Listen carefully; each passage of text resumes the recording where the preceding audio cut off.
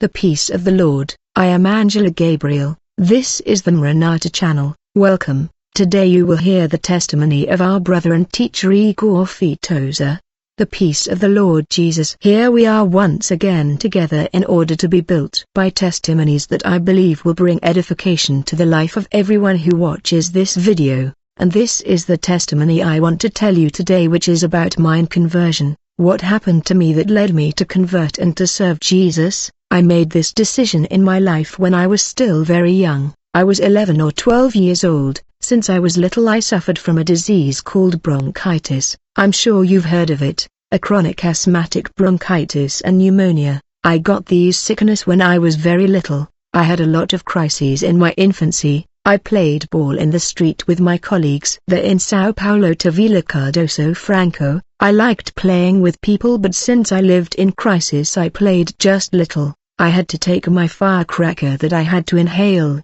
I had to take a deep breath to be able to overcome the issue of shortness of breath. I suffered a lot from that issue. Often I had to run home to take the firecracker and was dependent on it. There was an occasion when I spent a whole night in crisis. My foster mother Jacqueline spent the whole night with me in crisis. I couldn't sleep due to shortness of breath. At the time my father worked at dawn or night. He was Ford employee and his work schedule was at night while I was in crisis whole night. I was practically sitting at the door of the house getting wind to see if I will be better, always taking a deep breath trying to breathe. It was something suffocating. Anyone who has been through this situation know what I am talking about. And when it was early in the morning, Jacqueline, my foster mother, called the neighbor Anderson, who worked at the time in a meat processing plant as he delivered frozen meat with the vans. On that day before he leave for work he asked my foster mother to take me to the hospital. At first they took me to a health center that was close.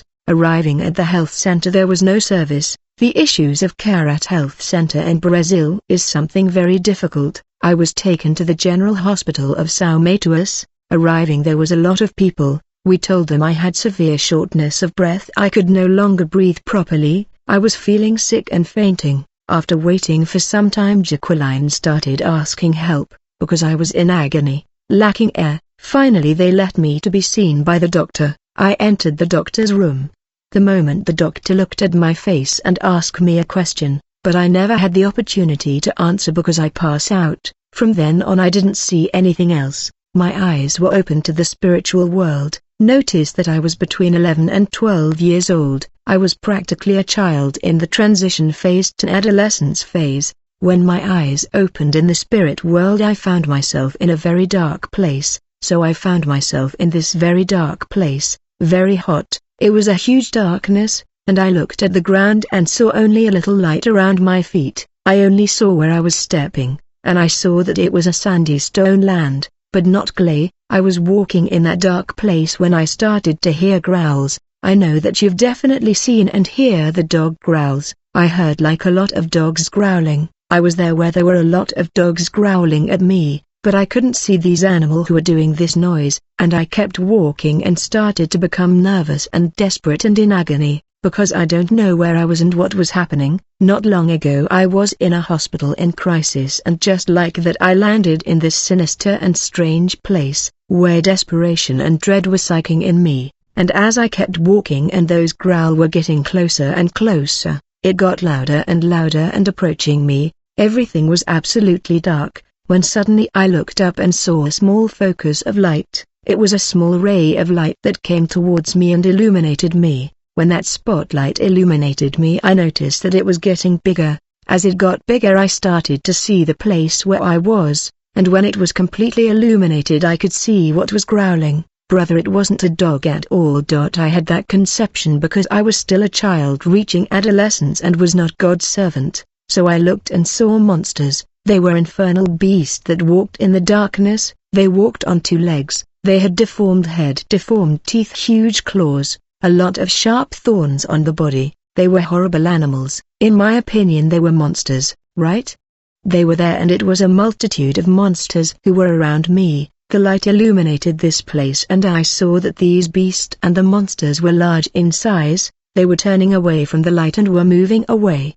They were extremely ugly and I was terrified and desperate. I wanted to leave that place. and when I looked up I saw a man hand. This hand came down to that place where I was in total darkness. With that white cloak it went down and caught me. Not even a child can pick up a doll like that, and it rose me through upward. I came out of that hole that had opened above me, and I woke up. Right when I woke up I was on the table at the doctor, with all that equipment, and I listened to the doctor saying he came back. I heard the noise of that little device that measures the heartbeat. Again I blacked out. When I woke up I was in the observation room. A good time had passed and my foster mother Jacqueline was there by my side, desperate, still distressed because I haven't woken up yet, though I had already returned. When I fully came back I told her what has happened and what I had seen from the moment I had passed out in the doctor's room, and she got a little thoughtful, when suddenly entered the room one nurse, a very beautiful woman dressed in those white clothes.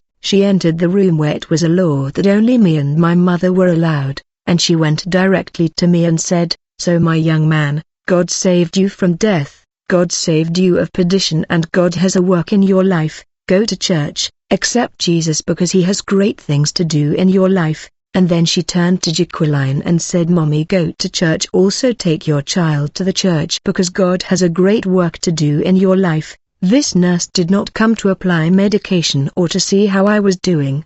She was there to deliver this message. When she turned her back she walked out the door. When she walked out the door Jacqueline got up immediately to ask her what was her church and denomination, but the woman had disappeared in the corridor. In other words, she was possibly a messenger of God sent to deliver that message. I understood that God brought me back to life and gave me an opportunity to live and serve him, and it really was a wonderful thing. At the end of the week a friend of mine at school called me to go to church. When I got to this Sunday school I immediately accepted the Lord in my heart. It was the first time I stepped into a church, an evangelical assembly. It was youth meeting and I was among teenagers and I felt very different. Later I went to worship at night. Arriving at evening service the preaching is the same thing. I wanted to accept Jesus but I could not raise my hand. I couldn't lift my hand. They felt like very heavy and weighed a ton, and I couldn't raise my hand but I wanted to go there and accept Jesus. The service ended and I went home. On Monday I woke up in the morning. I turned on the television. While watching my cartoons, I thought to myself, I must go to church on Sunday again and I will accept Jesus Christ. When I was done saying this I heard a voice inside my room that said, "Don't do it, because you will ruin your life. You will stop enjoying your life with your friends on the street. You will stop enjoying your life as a teenager. You are still young. You will no longer be able to flirt." I thought to myself and said, "I don't think I'll go." At the same time I heard another voice, different, and very soft and calm, which said, "Go to church, accept Jesus and he will transform your life. You will see what God will do in your life." And I turned off the television. I said, I really have to go to church, and I'm going to accept Jesus this week. On Sunday I was on the last bench in the church listening to the praises of a beautiful youth group of the Assembly of God. What a wonderful youth group of approximately 100 voices. Practically the majority of young people were baptized with the Spirit. They were full of the grace of God. When it was time for the appeal, though I wanted to receive the Lord I couldn't raise my hand. I struggled to raise my hand to receive the Lord and I started crying on the bench. When I started to cry, that same young man who had invited me came to me on the bench. He put his hand on my shoulder and said, "You want to accept Jesus?" I said, "Yes, I want," and he took me by the hand and lifted me up and I went ahead. When I got there in front, I closed my eyes, and I saw that I had a vision, where I saw myself chained with huge chains that were on my hand, and the preacher put his hand on my head. When he put his hand on my head I saw that those chains had been broken. Wow, the chain had gone down. They were broken and crumbled to the ground, and they turned to dust on the ground, and I felt a joy, peace. I felt something so nice that I cried like I never had before. It was not crying of sadness, it was from happiness, and I went home crying with so much joy and so much delight.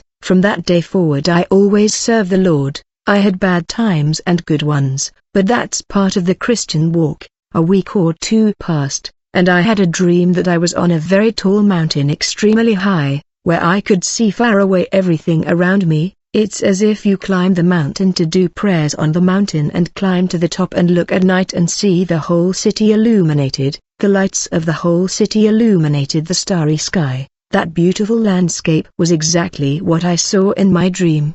The sky was very bright, full of stars, very clean and a huge moon, when suddenly I looked at the horizon and saw a huge wave, but it was not a wave of water, it was a wave of sand, a huge wave of sand that was destroying everything, and I started to hear screams, cries or requests for help. When I looked up and I saw in the middle of the moon an appearance, a man dressed all in white with open arms, and he descended from the sky slowly. He was as tall as a thread, and he looked down at the land. But when I look at the horizon and I start to see a lot of white lights rising to the sky and coming towards him, and standing the next to him were a host of lights and balls of lights who were all around him, and he was in the middle. When he looks at me I felt like a great desire to be there with him, and when that happened, I just woke up. When it was morning I reported the dream to my mother Jacqueline, and she said, "My son, it could be something that will happen in your life,